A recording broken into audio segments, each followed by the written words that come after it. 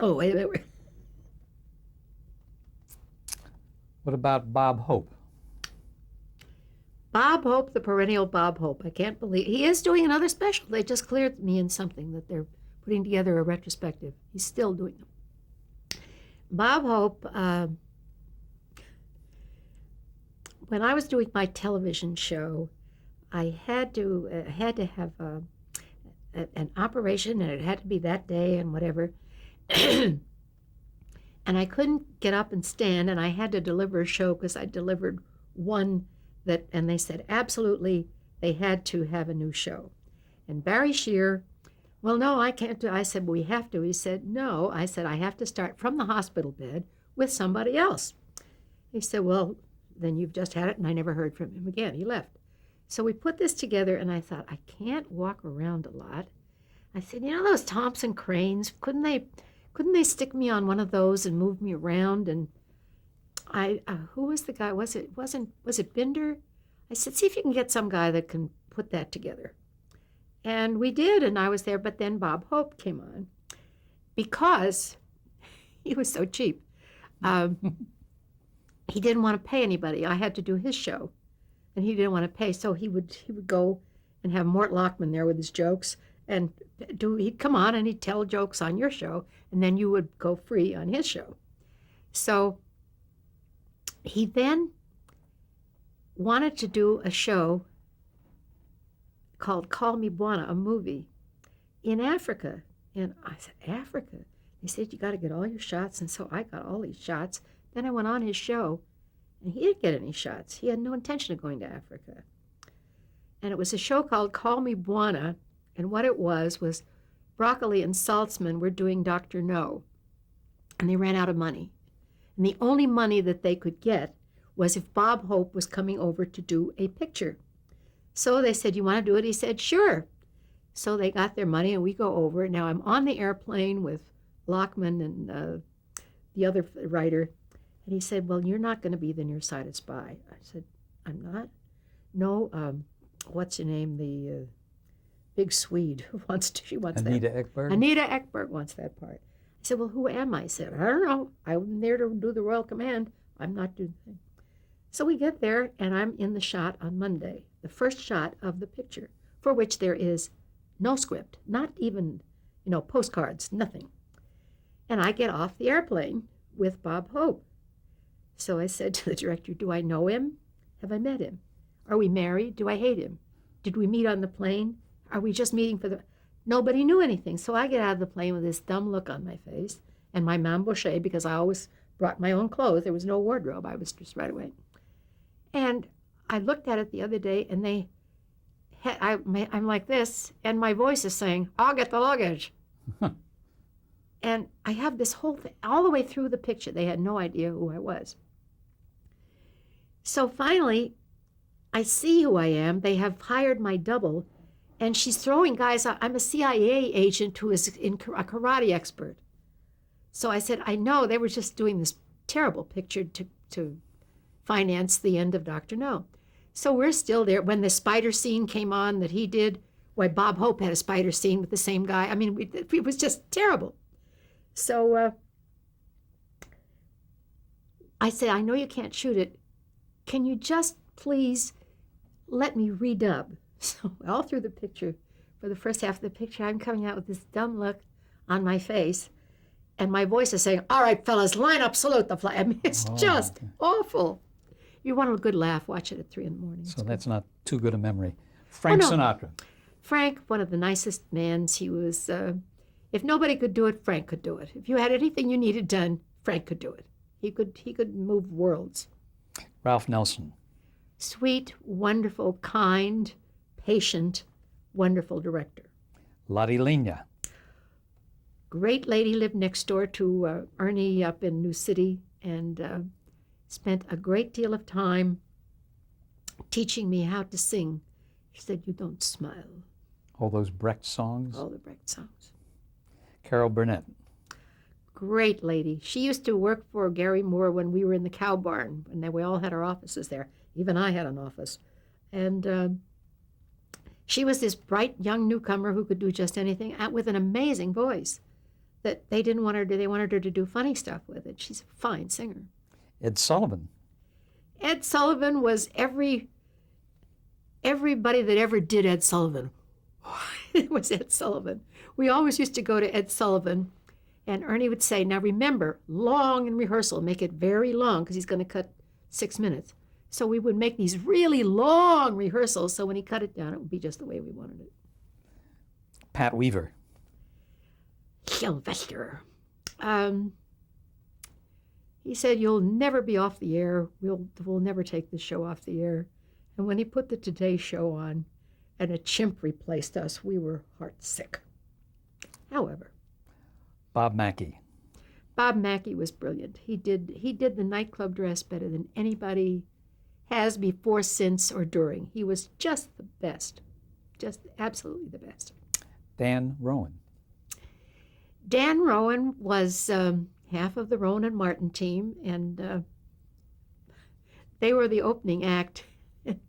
In one of my many things with the Galanos had a line of furs, and he decided he wasn't going to do it, but I wanted to buy the line, and I couldn't buy it unless I deducted it. So I said, Dan and Dick, I got to ask a favor. When you're doing your act, can I interrupt it? I went to say 8 times. At any time, I will do it. And I would get one of these to the floor sables and roller skate across. And then the next time I would get a to the floor, whatever, and roller skate across till I got them on. They were all deducted. I said, okay, I got those off your hands. But Dick and Dan were wonderful. I used to pin them to the curtain when they were behind. He'd go and I'd pin him to the curtain, then he'd walk out in the curtain. His better half, Dick Martin. Dick was an amazing, wonderful, wonderful man. He was married to a young lady who was on Kovac's show, who was going with Frank Sinatra, Peggy Connolly, and all of a sudden she went to Paris, left him, and nobody's heard from her. We're still trying to find her to give her residuals from some of the shows. Mickey Rooney. Mickey Rooney was on that crazy Mad World. He would come out. I had my Minox with me, a camera, and at lunchtime they would send the cameraman. He couldn't come, but I was taking pictures. They had food fights. I remember Mickey with a piece of roast beef through his glasses. I said to Sid, would you pass the ketchup? And you want the ketchup? You really want this ketchup? You want the ketchup? And then it started. We had 5 different sets of clothes. It was 120 degrees, and they hosed us all off and put it back together again. And Mickey used to get his sweater and put it down over his legs, and then he would do this funny dance on the stairs like he was 2 feet tall. No, it was craziness, absolutely craziness. Do you ever see him anymore? No. At one point, he was, again, everybody wanted me to sue people. He was going to sue for residuals. And I said, Mickey, I've got all these people. I had nothing to do with the movie industry in that time. And he said, I said, I can't do it. And he never forgave me. I've never talked to him since. I've tried to talk to him, but he's thought it was something personal. It wasn't. Andy McKay. Andy McKay, I can't imagine life without an Andy McKay. He was old even then. But he was our silent movie buff, and he was there through everything. He knows everything. He keeps the best records of everything. He really did some fabulous, fabulous things. He sent me a book, which I should give to the Academy. Most of the stuff I've given to UCLA years ago, but I have a lot of stuff, and that really tells you, because he was taking movies of the set even then, in the 1951. Sandy Stewart. Sandy Stewart was a singer who replaced me when I would go off and do these various shows. Imogene Coca. Imogene lived in the same building, and I did a show with her, Wonderful Town in Texas, and then went off and married Ernie in Mexico City straight from there. So she's part of our early life there. She was a lovely lady. Milton Berle. We talked about him, but Milton's comedy was so different from Ernie's, but I remember But he went over to watch him in a rehearsal, and he said, he's right every time. He's not what I can do, but he's right every time. He had a whistle that he'd blow, and he said he's right all the time. Helen Jepson, your voice teacher. Oh, yes, she lived up in Teaneck or one of the towns. And here was a lady that was an opera singer that was also a movie star. And she was quite remarkable. Let's go to, last but not least, your son, Josh Mills. Yes. Well, Josh, What's his sense of humor like? he was writing stuff at 12, and he would do sketches with his friend, and it was about the time of Richard Pryor. And they'd say, "Was it?" I said, "I can't tell. It's kind of like 6-year-old bathroom humor. I can't tell because every other word is this." I said, "Now you go and you go down a dark street and make me think about it and make me go. Then you take a left turn, and then if it's funny, then I might laugh." I said, "Why don't you and your friend write some things?" So he started, and pretty soon I see him watching Richard Pryor saying, "You don't need that, you don't need that, you don't need that." And he's very funny. He writes liner notes, and he writes articles, and he writes with a good sense of humor, but a good solid eye for getting it. He's now PR for whatever, but he knows more about music than whatever. His grandpa was Jack Mills of Jack Mills Music. That's a corporation. They sold it, and all of his youth I kept at what did he want, and he could always, gave him a phonograph when he was 3, and it wasn't a kiddie phonograph, it was a real one, and he was very careful, and I put some of the Ravel and some of the Peter and the Wolf things on, and he was terrified. He took it literally. Don't do that. He liked the more pure Bach things, but they made a little sense and were nice and neat. But he couldn't stand what everybody else you had to hit the kids on the head with. He got right in the middle. He couldn't stand those things. I thought that was so interesting. But he knew that music was going to be his life a long time ago. He knew what MTV was long before, and he said, "Cable, why? For MTV, why?" But he has collections of records and collections of, he knows everything, every small band that ever played, and he had a little record company and produced a couple of things, but he does know the history of pop music, and he doesn't have anything to say. He doesn't care for Broadway. I said, "You were backstage too much." He said, "I guess so."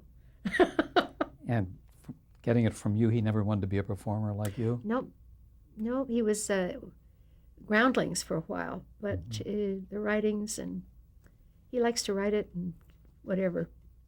And when I write something, he's the best critic. I don't know. Well, Edie, we want to thank you so much for letting us This is fine. come into your home and doing all this. And No, it's a long one. I just sorry with the cough. It was one of those real No, it was fine. sneezer It's been days. wonderful, and this is a great piece of historical record for us, for our archives. And Yeah, and all the only other thing we didn't get into was nightclubs, and but I did opera, nightclubs. There wasn't anything that I missed. I we think covered a lot, get them all. and we wish you very, very well for everything in the future. And all And good I will luck. send stuff over to your library. I called there once, and they didn't know me or Ernie, and I said, "Oh, thank you very much." So this is some time ago. Well, those people are no longer there. No, I'm That's just good. kidding. Thank you so much, Edie. Okay, thank you. Now, Ernie was born in 1919, and this was when he was about 18 and going to the American Academy of Dramatic Arts in New York, so that had to be 1937. And he had a mustache, but it was a real thin one, and he didn't want that thin, sneaky-looking mustache. He wanted a thicker one, so he would pencil it in with eye pencil. A pipe, I never saw him wear a pipe, but that's what they did in those days. That, according to what my hair is and Ernie's wearing, has to be about 1956 in New York. I was doing Lil Abner, and he was, the NBC show that must have been it. Always the Cigar when they put his statue up outside of the TV Academy, they didn't want to put the cigar in. And I said, I don't think he'd like that. He never was without the cigar. Were you married at that time? Yeah. Yes, that's me, Edie Adams as Eileen, and Roz Russell as Big Sister Ruth in Wonderful Town in 1952-53, saying, well, where did you get that? Well, it's cereal, it's roughage. Well, we need a little smoothage. Yes, that's Ernie doing Percy Dove tonsils. He always used to sip a martini, and they began to put strange things in the martini. At first it was vodka, and then one day it was a brown martini, and he thought maybe they had put something like cleaning fluid or something, but it turned out to be Jack Daniels, so it was okay. And that is a bound volume of the script of that show? Yes. I have one here. Percy Dove tonsils. That's the Take a Good Look panel where we couldn't dare guess the answers because we might be tipping off the next funny bit. That's Ben Alexander from Dragnet, and on the right is Hans Conried. And Miss Edie Adams? Yes, Edie Adams in the middle. That's me. It's another camera that's... Yes, this is Julie Andrews as Cinderella, and me, Edie Adams, as the fairy godmother. And as you will see, if you can't read it, the camera on the left says CBS Color Television, because people argue that there was no color then. Well, maybe they didn't see it, but we did color shows from 1956 on in lenticular color. And this was Cinderella, Rodgers and Hammerstein's In Cinderella. 1957, January. Yes, that's Ernie getting his first live cover, April 15th, 1957. He did that silent show and got a picture deal, so he was out in California, and they did this huge spread on him. That was Jack Benny, who was the sweetest, dearest man, and his image of a tightwad was totally, totally wrong. He was always badgered by his wife and just stood by her and called her doll, but one of the nicest human beings in the business. And whose dress are you wearing there? What designer? Jimmy Galanos. It's a green chiffon. It's Jimmy. I would say about 1964. George Burns, who he and Gracie Allen were our dear friends. Gracie was just the sweetest, and he was the funniest man. I would sit at his feet, and he would tell me stories of vaudeville and vaudeville times and touring with Jack Benny. And Gracie was an adorable lady who had the hard part. She had to remember all this terrible stuff that made no sense and was not related to anything that she'd said before, because she'd have to do something outrageous so that he could stand and puff on the cigar and say, do a funny take. But he always gave Gracie a big credit. Yes, that's from the picture Kovacs Between the Laughter. That's Melody Anderson on the left, playing me, wearing my first dress that was ever in Neiman Marcus window. And I am wearing the Mae West full drag, and it's a Helen Rose outfit, and the girl on the right is April Smith, who wrote it. They used to write people into the scripts if they were writers.